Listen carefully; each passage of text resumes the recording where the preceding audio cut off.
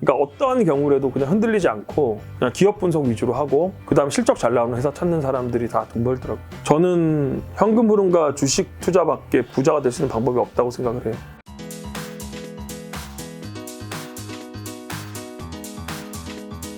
선 실장님 같은 경우는 주식 투자를 어쨌든 세 자릿수 정도가 되셨잖아요. 그러면 리스크 관리는 어떻게 하세요? 주식으로 이제 번 돈을 가지고. 그럼 주식밖에 안 사는데요. 그러니까 그러면 사실은 너무 위험할 수도 있잖아요. 다른 쪽에 이제 자산 배분이 뭐 부동산이든 기타 등등 이런 것들이 좀 필요할 수도 있잖아요. 그러니까 저는 이제 주식으로 좀 벌고 집 한 채 샀고 땅이 있어서 제가 그걸로는 이제 분산은 끝났다고 생각하고요. 저는 앞으로도 주식 투자만 할 거라. 그러니까 저는 이제 항상 주식 100%고요. 현금도 없어요. 그러니까 생활비도 없어요, 저는. 그래서 주식담보 대출 받아갖고 생활비 써요. 그래서 주식담보대출이 너무 잘 돼 있어서 제가 그 이벤트 신청을 해갖고 3년에 3.99% 이거는 이벤트 신청한 거예요. 네, 지금도 1년에 3.99% 하는 것 같은데 그냥 마이너스 통장식으로 써요. 그냥 주식담보로. 그래서 생활비 내고 차 살 때도 그걸로 하고. 차도 뭐 제가 이번에 바뀌었는데 돈 아까워 죽겠어요. 제가 모닝 타다가 원래 모닝 타시다가? 네, 원래 모닝 타다가 모닝이랑 QM3 타다가 차를 작년에 하도 어머니가 너 나이도 있는데 무슨 모닝이냐. 애들 애들도 있는데 사회적 지위도 없지만 백수주의에 사회적 지위가 뭐가 있겠어요, 제가. 근데 자꾸 차를 바꿔야 되고 가족의 건강을 생각해야 되고 하도 뭐라고 하셔갖고 내가 QM3 타고 다녀도 되는데 그래서 차를 주문했는데 차가 지금 요새 나온 거예요. 돈 아까워 죽겠어요. 차 살 때는 주식 사야 되는데. 좋은 차 사셨나 봐요, 그래. 좋은 차 아니에요. 좋은 차 아니에요. 어쨌든 과거차보다는 좋다. 과거차보다 좋아요. 근데 주식을 어쨌든 돈을 버셨잖아요. 그러면 우리가 돈을 벌면 이게 결국에는 소득과 소비인 거잖아요. 맞아요. 아니 소비를 어느 정도 안 할 거면 사실 그렇게 벌 이유가 없는 거잖아요. 그렇지 않나요? 그건 그래요. 왜 이렇게 소비를 저번에 제 방송 보니까 호텔 주식을 어쨌든 자산이 꽤 되시는데 호텔 룸 서비스도 맞아요. 한 1년인가 2년 전에 처음 해보시고 그다음에 이제 요 라코스테 티셔츠도 이제 작년에 백화점에서 처음으로 100만 넘는 쇼핑을 해보셨다고. 그러니까 100만 넘는 쇼핑이 작다는 게 아니라 근데 자산이 세 자리 정도 되면 사실 그 자산에 비해서는 굉장히 작은 거니까 그렇게 아껴서 나중에 뭐 갈 때 가져갈 수 있는 건 아니잖아요.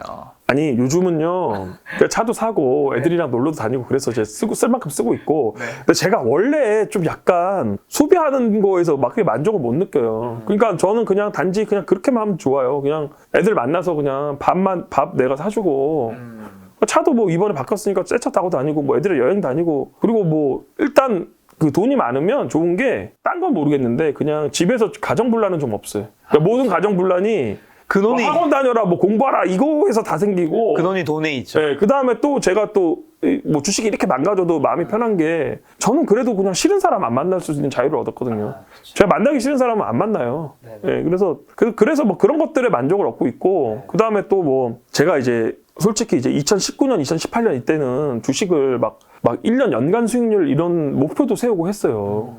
근데 그렇게 하니까 오히려 더 피폐해지고 그래서 제가 작년에 수익이 잘 났던 게 제가 작년에 목표를 뭘로 세웠냐면 작년에 무슨 이제 목표를 기부금이랑 교회 현금 얼마 그 다음에 우리 스터디에 주식 투자금 좀 어린 친구들 2명인데 이 주식 투자금을 2자릿수로 늘려주자 이런 식으로 계획을 세웠거든요. 근데 그런 식으로 그런 식으로 계획을 세우니까 저 가입할게요.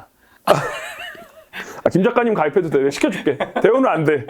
대우는 이제 코스닥 상장사는 안 되고 여기는 저기 삼성전자 회장이라서 돼. 여기는. 그래서 아무튼 그래서 그걸 하니까 제가 작년에 수익률이 너무 잘 나오고 그 다음에 제 마음이 너무 좋더라고. 근데 이 얘기도 포주랑님이 하셨어. 포주랑님 자주 나오시는데 포주랑님 뭐라 그랬냐면 너가 그 스터디에서 모든 스터디원을 먹여 살릴 정도가 되면 너가 가장 큰 부자가 되어 있다. 여기서 근데 이제 이렇게 하면 저만 너무 좋은 사람이 되잖아요. 근데 사실 저는 그게 좋은 사람은 아니에요. 그러니까 왜냐하면 제가 안 좋은 사람인 걸 얘기해 볼게요. 저는 평상시에 욕도 잘하고 야한 얘기도 잘하고 하여튼 그런 사람이고 그리고 제가 이렇게 화나고 그러면 주담이랑도 엄청 싸워요. 저 작년에 그 회사 가서 주담이랑 거의 엄청 그냥 열 올리고 싸웠어요. 주담이 이런 약간 불합리한 일을 하면 못 참아요. 그래서 그렇게 마냥 좋은 사람은 아니에요. 근데 보통 자기가 투자한 회사 주담 찾아가서 주담이랑 안 싸우거든요. 어떻게 보면 주식 투자 좀 잘하시는 분들이 좀 냉철하시던데 여기는 좀 선 실장님은 감정 같은 것들이 굉장히 발달하셨는 것 같네요. 그러니까 좀 스트레스 안 받는 게 그냥 하고 싶은 대로 많이 하는 것 같아요. 그러니까 제가 물론 뭐 예의 없게 하고 버릇 없게 한다는 건 아니고 그냥 하고 싶은 대로 좀 사니까 좀 스트레스 덜 받는 것 같고 될 수 있으면 말도 그냥 자꾸 이게 말을 돌려서 하려고 그러면은 말 실수하게 되고 그냥 본인이 스트레스 받잖아요. 그래서 좀 어디 가서든 솔직하게 얘기하려고 하고 그리고 그 주담이랑 싸운 것도 그 주담이 자꾸 거짓말을 해갖고 제가 너무 열받아갖고 제가 그래서 이렇게 하면 안 된다고 계속 얘기하니까 그 주담도 저 열을 내고 막 대판 싸운 거죠. 그 다음부터 연락도 안 하고 회사에. 선지자님 주식 투자 언제 처음 시작하셨죠? 주식 투자는 시작은 꽤 됐어요. 제가 왜냐면 그 리먼 때도 투자를 했었거든요.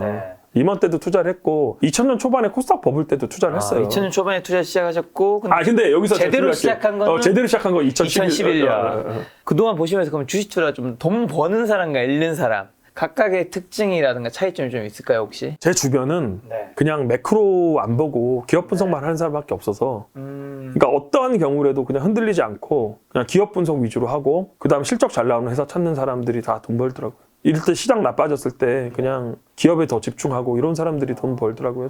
저 케이스는 그래요. 그러니까 왜냐하면 근데 이게 정답이 될 수는 없는 게 어차피 끼리끼리 모일 것 같아요. 제가 만약 차티스트면은 차티스트만 모일 거고 그렇잖아요. 그래서 뭐 정답일 수는 없는데 제 주변은 다 그렇고 근데 제가 이제 차티스트랑도 이제 교류를 하는데 차티스트들은 막 그렇게 큰 부자는 없어요. 그렇죠. 그러니까 그 대신에 장점은 있죠. 이렇게 시장이 되게 위태롭거나 이럴 때 MDD는 좀 적고 다 손절하고 나가고 안정되면 들어오고 이런 게 있으니까. 근데 제가 아시는 분들은 뭐 다 그렇게 투자 안 하고 기업 위주로 보고 그다음 주식 많이 가져가려고 하고 다 그런 분들이에요. 그렇죠. 우리나라에서도 뭐 트레이딩으로 돈 많이 버신 분들 김작가 TV에 출연하신 적이 있지만 어쨌든 양쪽을 굳이 구분한다면 어쨌든 가치 투자하는 게 이쪽이 훨씬 더 여기서 또 오해가 생기는데 더 많은 가치 투자가 좋다는 얘기를 하는 게 아니에요. 이거 또 오해 생겨 또.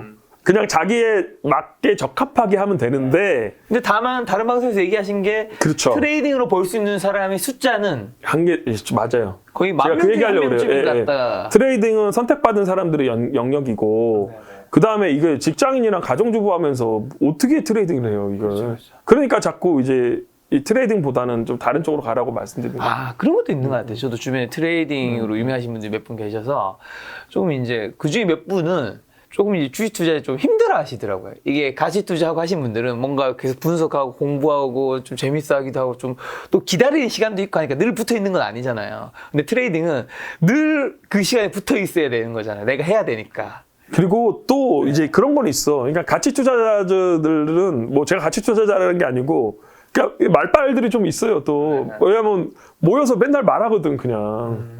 근데 이제 모르겠어요. 그래도 우리 회사 얘기 많이 하고 그러니까요. 자, 그럼 투자를 실패하게 만드는 이제 인간이 좀 한계는 뭐라고 생각하세요? 조급함과 방향성을 못 맞추는 거? 그러니까 이게 결국은 저가 실패한 것도 그렇잖아요. 그러니까 저 충분히 이해하거든요. 그러니까 이 20대 젊은 분들이 코인 투자하는 게 왜냐하면 자기 그 자본도 없다고 생각하고 코인을 해야지만 빨리 갈 수 있다고 생각하잖아. 그렇죠. 근데 그게 결국은 지금 와서 돌아보니까 테마주 잡주하고 코인하고 뭐 이렇게 하는 게 느리게 가는 길이더라고. 결국은 지금 돌아보니까. 저도 만약에 그렇게 3번의 시행착오를 안 겪었으면 훨씬 더 빨리 왔을 수도 있어요. 제가 보니까. 요즘의 장에 사실 많은 투자 심리가 좀 많이 무너지셨잖아요. 이럴 때는 좀 이거 어떻게 극복해야 될까요? 많은 분들이 싸진 거 알겠는데 이제 약간 패닉도 오고 여기서 싼 거 맞는데 뭐 2천 깨질 수 있는 거 아니야? 뭐 이렇게 되고 있고 뭐 엄청 힘들어 하시잖아요. 근데 이거는 뭐 각자 개인 성향도 있고 그러니까 이럴 때도 직장인들이 좋은 것 같은데 직장인들은 직장에서 일하면서 잊으면 되잖아요. 원화 채굴하고 오히려 그렇죠. 전업 투자자들이 더 힘든 거죠. 그렇죠, 이럴 때. 예. 그래서 저는 이제 저의 장점은 저는 이제 이런 기업 분석 능력이나 아니면 뭐 재능이나 이런 거는 떨어지는데 저는 이제 멘탈은 좀 강한 것 같거든요. 제가 멘탈 강하고 좀 긍정적인 측면이 있고 그래서 그게 저희 장점 같고 모르겠어요. 저는 그냥 뭐 여기서 크게 더 떨어질 것 같진 않아요. 저는 뭐 근거는 없어요. 근거는 없어요. 그냥 뭐 이제 신용 물량 많이 나와서 그냥 이렇게까지 많이 나오면 단기 바닥 정도는 이때까지 경험으로는 그게 단기 바닥이 되더라고요. 이런 장에서 혹시 그러면 꼭 사지 말아야 되는 주식의 특징 같은 거 있을까요? 기준이라든가 아니면 선진장님이 평소에 사지 않는 주식의 기준 같은 거? 저는 이제 밸류에이션 높은 종목. 아무리 좋아 보여도. 예. 그러니까 하방을 먼저 보는 스타일이라 하방. 네, 그래서 이제 밸류에이션을 제가 투자 아이디어 어긋나도 크게 안 다쳐야 되거든요. 네.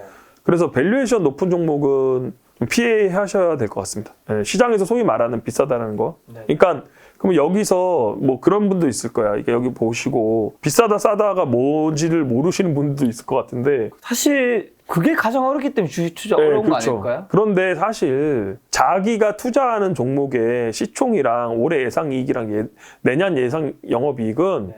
틀리든 맞든 본인이 그 정도는 알고 있어야 돼. 그렇죠. 예, 예. 그래서 뭐 특정 종목을 얘기하면은 또 반발 살 수 있으니까 어떤 종목이 지금 PR 30배인데 그러면 굳이 싼 종목 많은데 이런 종목을 살 필요가 있을까요? 종목 얘기해 예, 주세요. 예. 제가 삐처리 할게요. 그러니까 상관없습니다. 엔터주도 지금 보면 뭐 JIP랑 뭐 이런 종류를 사시는 분이 있고 그냥 사시는 분들이 있는데 그 보면은 어차피 저는 엔터도 안 사지만 그 이제 PR 30배를 받는 종목은 그 TP를 어떻게 정하냐면 지금 PR 30배인데 이걸 올려야 되잖아요.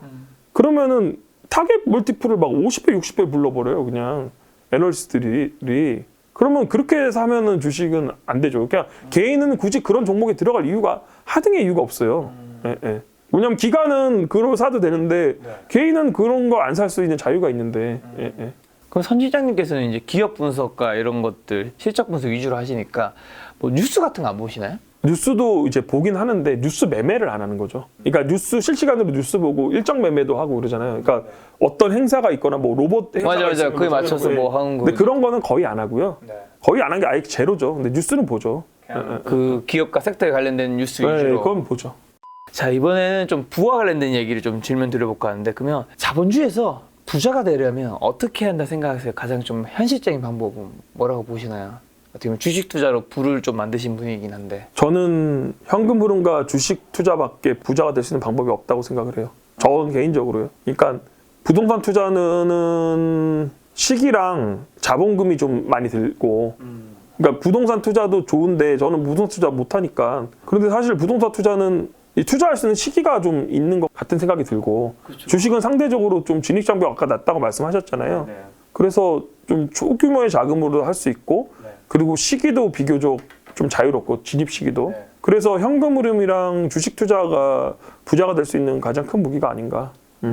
현금 흐름은 이제 아무래도 근로소득 같은 예. 거일 거고, 주식 투자는 이제 돈이 돈을 버는 네. 그런 거일 텐데, 네. 돈이 돈을 버는 구조는 꼭 만들어야 되는 거겠죠? 만들어야죠. 김 작가님도 만드셨잖아. 그거 만들어야죠. 근데 어떻게 만드냐가 어려운 거지. 당연히 만들어야지. 내가 뭐 계속해서 일할 수 있는 건 아닐 그렇죠. 테니까. 그렇죠. 네.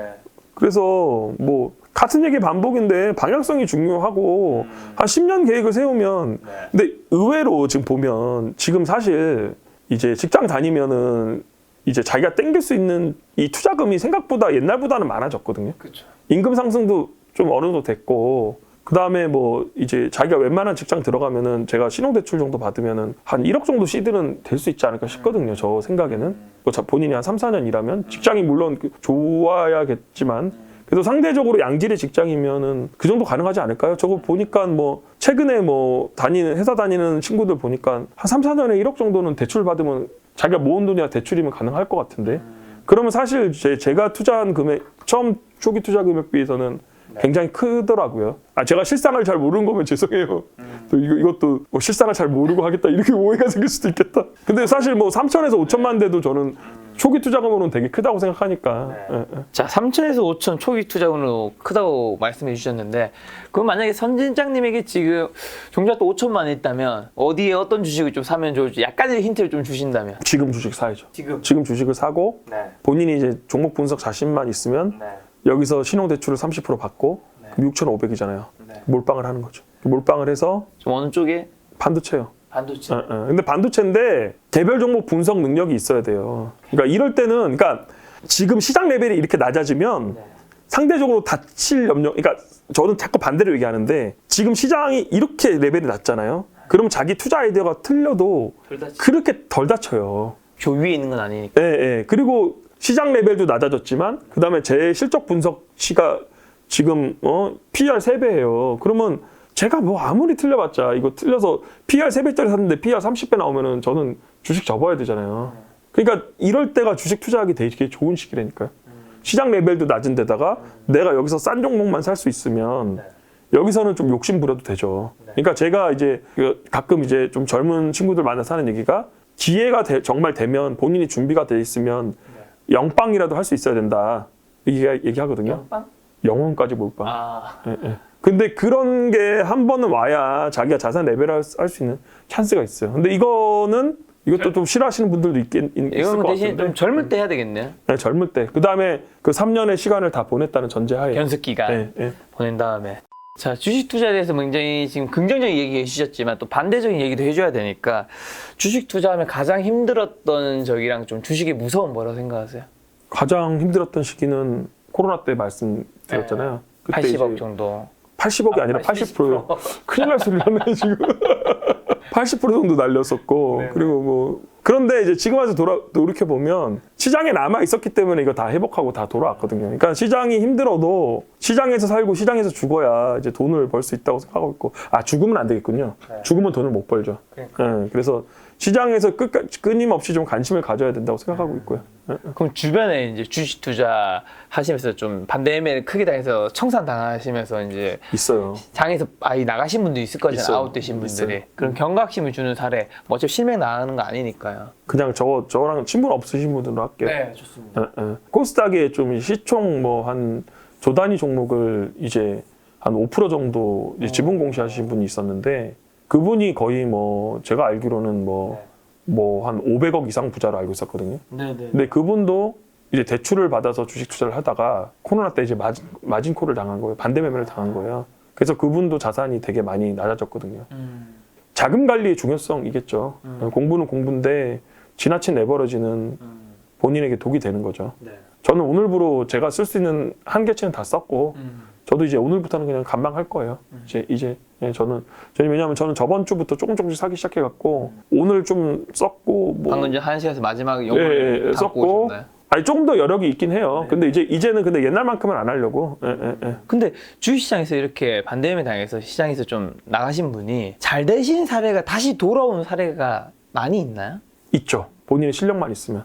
그런 분 한 명 알고 있어요. 네, 뭐 실명을 거론할 수 없는데 그분도 상장사 5% 지분 갖고 있었는데 반대 매매 당하고 바로 회복하셨어요. 대부분은 못 돌아오는 경우가 더 많진 않나요? 근데 못 돌아오는 경우도 있는데 돌아오는 경우도 많이 있더라고요. 그냥 왜냐하면 그 주식으로 벌 수 있는 그런 방법을 아니까. 자, 그러면 선진장님에게 주식이란, 그다음에 돈이란 뭐라 생각하세요? 주식은 생활의 일부다. 이건 생활의 일부다. 그러니까 저는 이제 나이가 좀 들고 그러면 뭐 안전하게 뭐 부동산으로 분산해고 분산이 나쁘다는 게 아니에요. 저도 뭐 일부러 분산해놨으니까. 그 다음에 막 되게 소극적으로 막 몇십 종목 늘려갖고 하고 이런 걸 원치 않아요. 저는.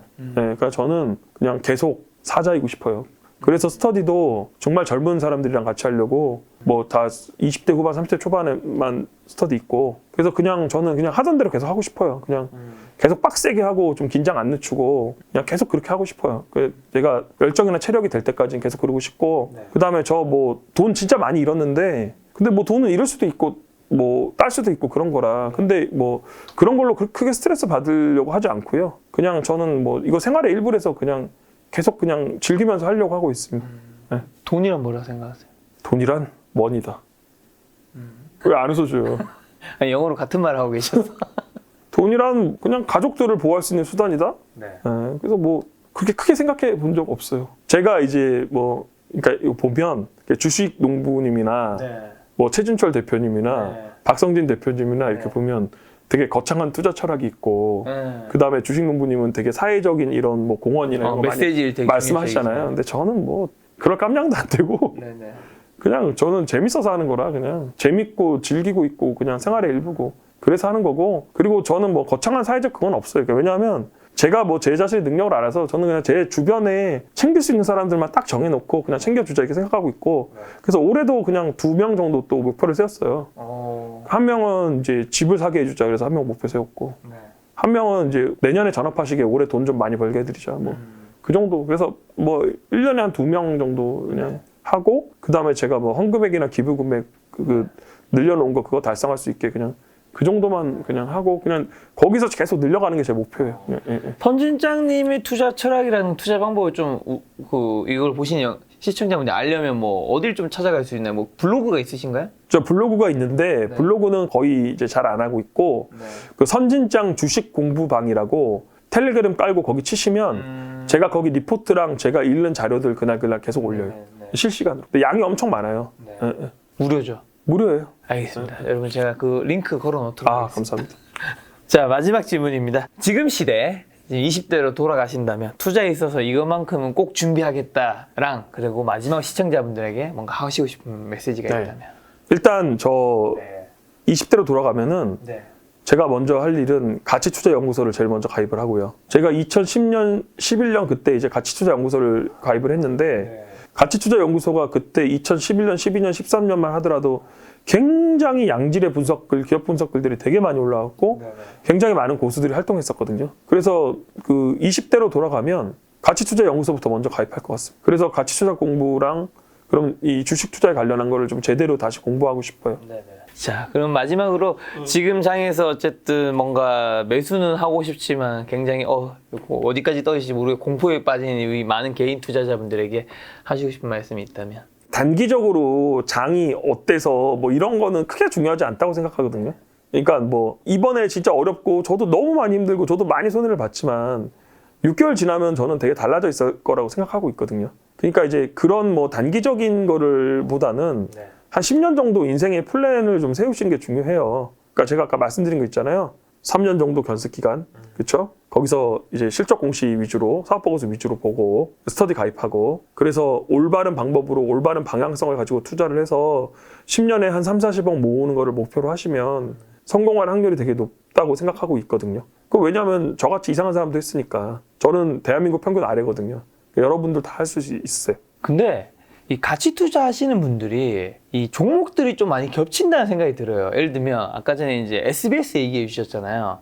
SBS를 제가 알고 있기로 VIP 자산 운용에서 지분 공시했던 걸로 제가 기억을 하고 그 당시에 그 다음에 저음 투자자 냉철님도 SBS를 조금 그 당시에 매수를 좀 했던 걸로 기억을 하고 뭐 다른 분들도 있는 것 같은데. 네, 저랑 결이 좀 달라요. 네. 제가 아마 빨리 사기도 제일 빨리 샀었고 네.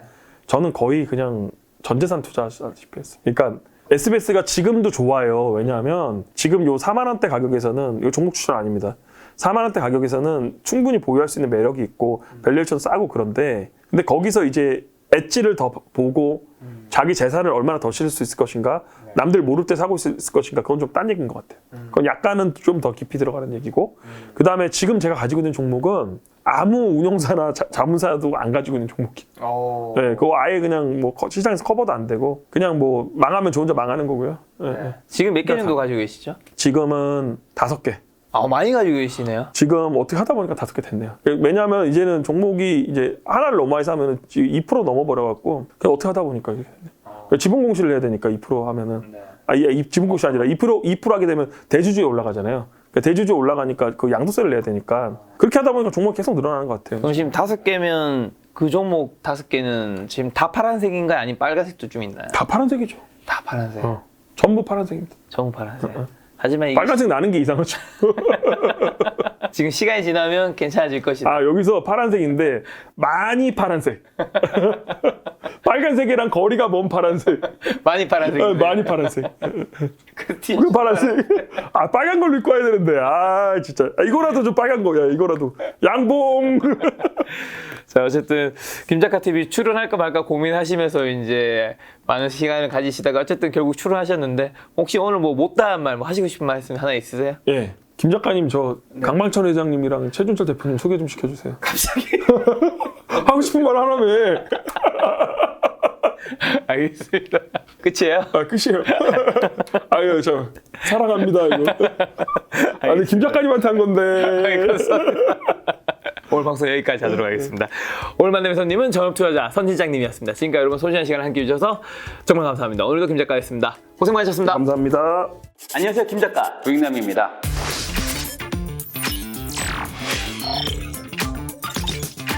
재테크 시대라 불리지만 막상 주식, 부동산 어느 것 하나 만만치 않은 시대죠. 이제 코로나 거리두기도 해제되었기에 여러분들의 고민을 해결해드리기에 김 작가 부익남의 첫 번째 머니 토크쇼를 개최하고자 합니다.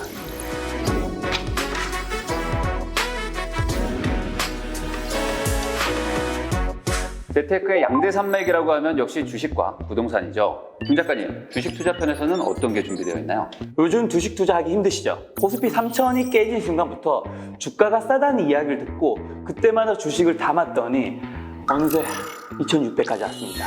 무엇보다 힘든 것은 1년 내리 장이 빠지면서 지친 투자 심리와 지금의 주가가 충분히 싼 건 맞지만 이제는 더 살 현금 여력이 없다는 사실이죠. 그래서 많은 개인 투자자분들이 힘들어하고 있습니다. 그런 분들을 위해 대한민국 최고의 주식 투자 전문가들을 섭외했습니다. 가치 투자의 대가 에세플러스 자산운용 강방채 회장님, VIP 자산운용 최준철 대표님,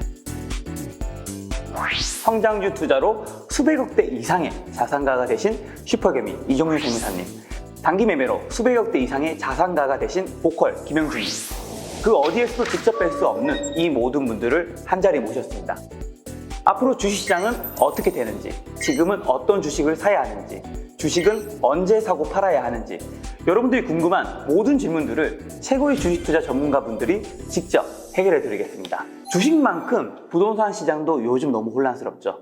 불란님, 부동산 투자 편에서는 어떤 이야기 준비하셨나요? 요즘 부동산 투자도 어렵기는 마찬가지입니다. 전국적으로 집값이 떨어지고 있다는 뉴스에 거래량도 줄어들었지만 강남구 같은 일부 지역은 신고가를 찍고 있고, 경제 전문가분들은 부동산 시장 하락을 전망하지만 투자 전문가분들은 부동산 시장 상승을 말하고 있는, 하락과 상승이 동시에 전망되고 있는 어려운 상황입니다. 그래서 많은 무주택자, 1주택자 여러분들이 힘들어하고 있죠. 그런 분들을 위해 대한민국 최고의 부동산 투자 전문가들을 섭외했습니다. 6년 내리 집값 전망을 맞춘 부동산 투자계의 나침반 이상우 대표님, 윤석열 정부 때 수혜를 받을 재개발, 재건축 투자에 대해 알려주실 빠숑 김학렬 부장님, 지금 당장 무주택자, 1주택자, 다주택자의 투자 전략을 알려주는 저 부익남이 여러분들께 혼란한 시기에서도 명확한 방향을 제시해드리고자 합니다. 인생에서 가장 큰 투자라고 할 수 있는 내 집 마련. 한 번의 투자가 내 인생의 많은 것을 결정할 수도 있습니다. 그 중요한 결정을 단순히 유튜브만 보고 결정할 수는 없겠죠. 대한민국 최고의 부동산 투자 전문가분들의 강연을 직접 듣고 그분들에게 직접 내 고민을 물어본다면 어떨까요? 앞으로 부동산 시장은 어떻게 되는지, 지금 집을 사도 되는지, 집을 산다면 어느 지역에 집을 사야 하는지, 여러분 인생에서 가장 비싼 결정에 최고의 부동산 투자 전문가들이 함께하겠습니다. 그럼 김 작가님, 총 몇 명이 참석하는 행사인가요? 선착순으로 신청하시면 딱 800명의 시청자분들만 함께 할 수 있습니다. 아, 800명. 네. 자, 그럼 불란님, 이 행사 언제 어디서 하는 거죠? 7월 10일 일요일이죠. 연세대학교 100주년 기념관 콘서트홀에서 진행합니다. 오전 10시부터 오후 2시까지는 주식 투자 강연이 진행되고요. 오후 3시부터 오후 7시까지 부동산 투자 강연이 준비되어 있습니다. 김 작가님, 머니 토크쇼 이거 유료 행사인가요? 네, 안타깝지만 좋은 장소와 연사진, 콘텐츠들로 준비하다 보니까 무료가 아닌 유료로 행사가 진행되는 점 양해 부탁드리고요. 자세한 금액은 신청 링크를 통해서 들어가셔서 확인을 부탁드리겠습니다. 이 머니 토크쇼는 행사가 끝난 후에 김 작가 TV, 부익남 유튜브 채널에 올라가나요? 그날 강연은 유튜브로 업로드되지 않고요. 오로지 그날 머니 토크쇼 현장에 오신 800명의 청중만 들을 수 있는 아주 값비싼 이야기가 될 것입니다. 자, 불란님, 요즘에 재테크 강연들 점차 많아지고 있는데 그런 강연들과 다른 뭔가 추가로 좀 준비된 거 있을까요? 아무래도 기존의 강연들은 일방적인 강연들이 많았는데요. 저희는 조금 다르게 준비를 했습니다. 이 토크쇼 형식을 좀 도입을 했는데요. 여러분들이 처한 재테크 문제, 질문들을 현장에서 직접 묻고 바로 답을 구하는 그런 형식입니다. 그래서 연사별로 강연 시간 30분 외에 토크쇼 40분의 시간을 배정했습니다. 그 밖에도 연사분들과 함께 기념사진도 찍고 연사분들의 사인 도서 증정도 있으니 함께 배우고 소통할 수 있는 시간이 될 거라고 생각합니다. 주식, 부동산, 같은 말로 김작가 TV 불남이죠. 네. 아, 이게 사실 이거 어디가 더 빨리 매진이 될지, 시청자 여러분들이 어디가 더 빨리 매진이 될지 예측을 하시는 댓글을 달아주시면 저희가 추첨을 해서 소정의 상품을 지급해드리는 게 어떨까 생각을 합니다. 저는 저희 구독자분들을 믿겠습니다. 저도 저희 구독자분들을 믿습니다. 여러분들 도와주십시오. 2022년 김작가 불남의 첫 번째 머니 토크쇼 7월 10일 여러분을 기다리고 있겠습니다. 그럼 저희는 여기서 인사드리도록 하겠습니다. 감사합니다. 많이 올까요? 벌써 강연장 결제했는데